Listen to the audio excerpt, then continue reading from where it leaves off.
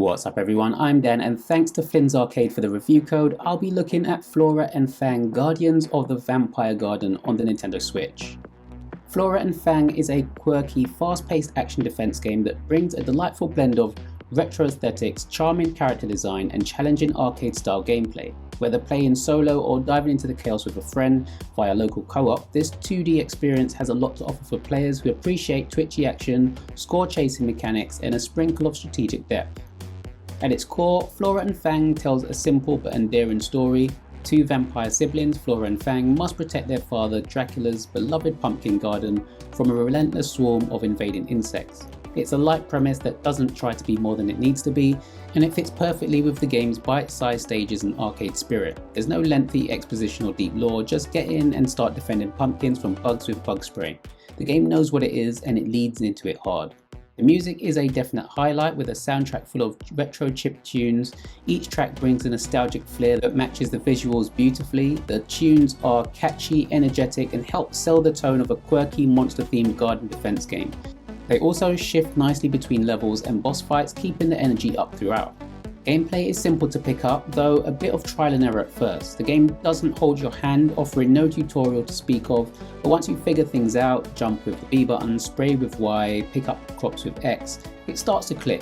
The lack of guidance may throw some players off initially, especially with multiple actions and enemy types thrown at you quickly, but the core loop becomes intuitive after a few rounds. I will say frustration did set in the bonus levels, where you have to collect items. Again, these aren't explained or helped with button prompts, so I often found myself failing at my first attempt.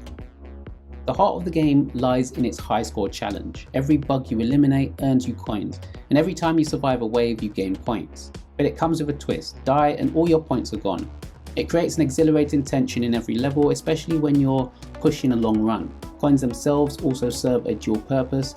You can use them to distract enemies and save your crops, but doing so sacrifices the very points you're trying to hoard.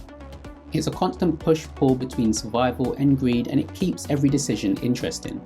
As you progress, you unlock a shop where you can purchase weapon power-ups and traps, adding a welcome layer of depth and strategy.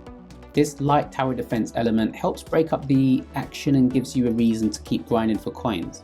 Traps can dramatically change the way you approach a stage, and choosing the right upgrades can mean the difference between holding off a swarm and losing everything in a flash.